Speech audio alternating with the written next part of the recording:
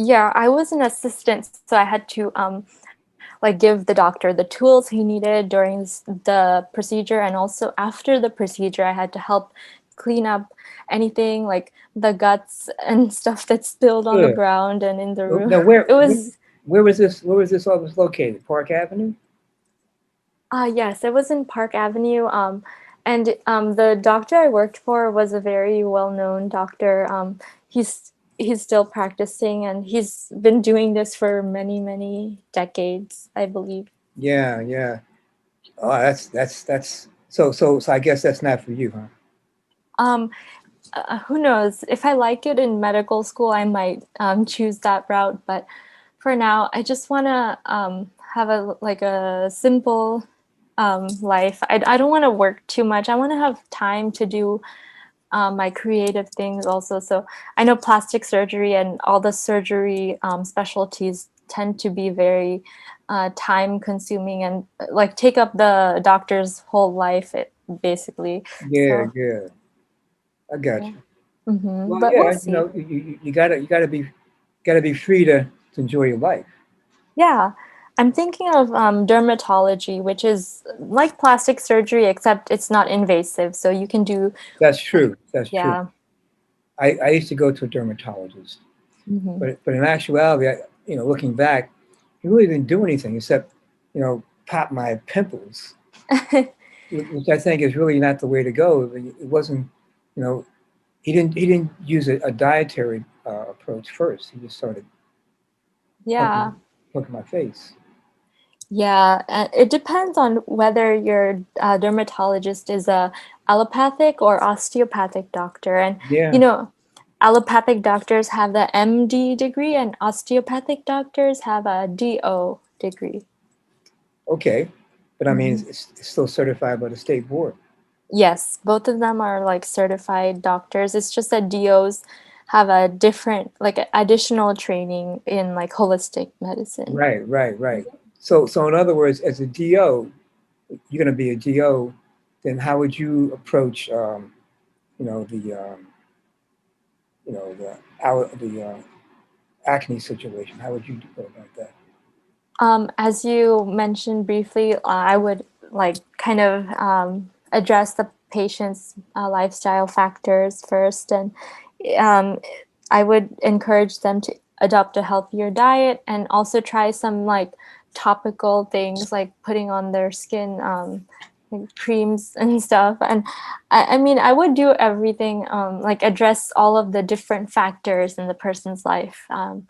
Including the physical aspect, mental and spiritual and lifestyle aspect as well. Like if Yeah, there's some right. stress, Yeah, stress. I think stress can be a trigger for that as well. Yes. yeah, for sure.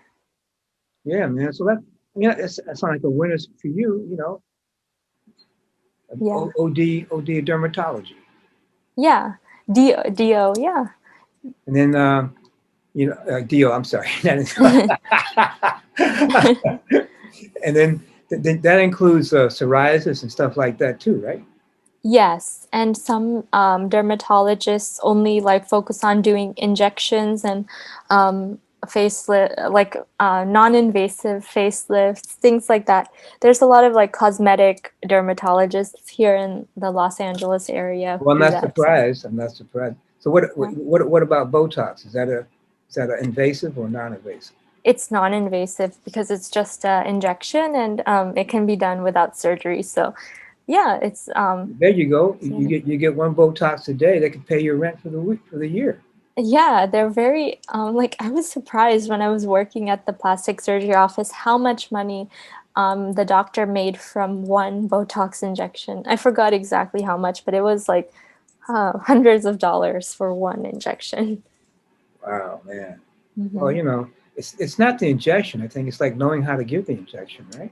Yeah, and also the material is very expensive, but um, giving it is very like it involves a lot of skill because you don't know like if you hit the wrong nerve on the I know, face, right? it Yeah, it it's very liable to like it can be a big liability for the patient. yeah, man. And that's like heavy insurance as well.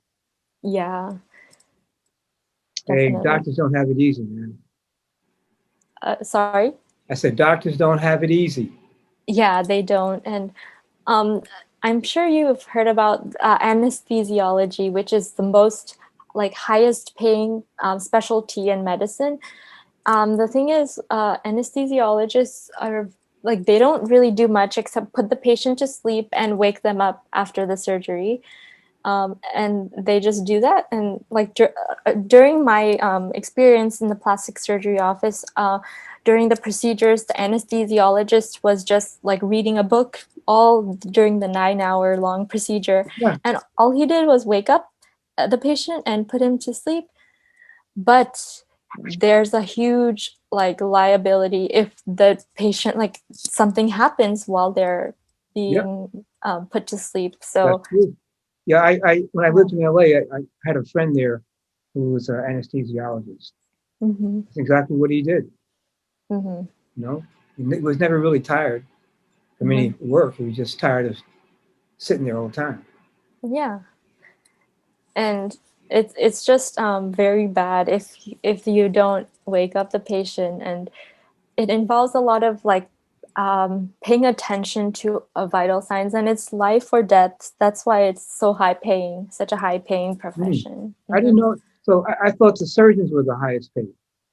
No, the anesthesiologists are definitely the highest paying ones, and I've Googled it everywhere, and I've seen that they get paid so much, and it's almost crazy. Like I used to wonder why it's so much, but now I realize it's because it's they're dealing with like life or death of the How much? patient. How much do they get paid? A million? Um, I don't know. I think it's like $300,000 a year for their salary, like somewhere 300 to $400,000. Mm-hmm. Okay. Yeah. Hmm. Well, that's not a lot of money to be liable for someone's life. I might be wrong. I have to look it up again, but I know it's more than surgeons. And my mom is a doctor, and her like she's a family physician, and her salary is around like 250,000. So Yeah, I yeah, think those guys are closer to five. Man. yeah, Depends where you are. You know what I mean? yeah, definitely. And I'm sure in like New York, it would be different than in like a rural area. It's absolutely, absolutely. I mean, I don't think they have a plastic surgeon in the rural area anyway. Yeah, it's Except, probably more like emergency but sometimes though, in when rural people have areas. accidents in cars and things like that, they have to Yeah. send them over to the plastic surgeon to heal them up. Yeah, and those are the um like a different like cosmetic plastic surgery is different from I guess the other type of emergency plastic Yeah, surgery. that's true. That's Hmm. true. Hmm. Yeah. So, anything else you want to share today? Um, this no, I mean this was a really good conversation, and I just like really liked being able to talk about different topics. Because I know last time it was more about like theories and spiritual things that are not really they were more like not based in reality. So this one I really like talking to you this time about all of these different things, and also about my personal life and my profession. Yeah. Well, I mean, I enjoyed being with you, and I look forward to you coming back again soon. Yes, I will definitely talk with you again in the future, and I would love to update you on my journey. And I mean, I'm going to medical school soon, and when I go there, I'll definitely have Yeah. more experiences. We'll have to say this week. Tune in this week for Lubna's episode at medical school. Yeah, yeah, yeah, definitely. That would be cool.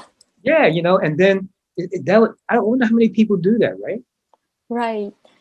Yeah, not a lot of people like really care. I feel like if you were to try to find other people my like my classmates or people my age, it might be difficult because a lot of people don't really care about self mastery or those kind of topics. But I'm glad that I was able to connect with you and talk about this topic.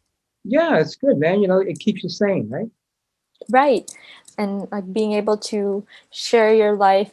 I really like appreciate this because one day I would love to like look back and hear what I was saying and Yeah, thinking right. at this time. You say that was me, man. Yeah, yeah. You know what I found, Lubna? I found this that like I used to keep journals, right? Hmm. And I came across a couple of them years ago, and I looked and I read it, and I said, I said that? I don't Yeah. believe it. It was profound, and I said, man, I was very young then, and I said that. Wow, man, I'm not saying that now, you know. So yes, you have a good point. You want to document all your stuff. Yeah. I actually did an interview about my life story on my 24th birthday in 2020 in March 3rd. And I was listening to what I was talking about, and it's crazy. Like, I felt like I was so stuck in life, and I didn't think I would be accepted to a medical school and blah, blah, blah. I felt really insecure. And now I like looked back at that and I listened to my thoughts, and I was like, oh, wow. I wish I could go back and tell her everything is going to be okay. Like tell myself, Well, you can tell her now, right? yeah. All right, Luna. Hey, I really enjoyed being with you today. So, hit me back in a couple of weeks. We can do another one. Yeah, I'll definitely contact you. I think this is a good time, like Saturday. We can even do it earlier, like 10 or 11. 11 is good too. So whatever works for you also. Okay. Well, just let me know when you're ready, All right, I will. and I'll send it over to you as soon as I can. All right. All right, no rush, so you can take your time. Well, thank you, madam. I appreciate it. In regards to your mother and your family and everyone. Hope everyone's well, and you know, keep the faith. Yeah. Thanks, you too, William. Thank All you. right. Bye bye. Bye, take care. Okay.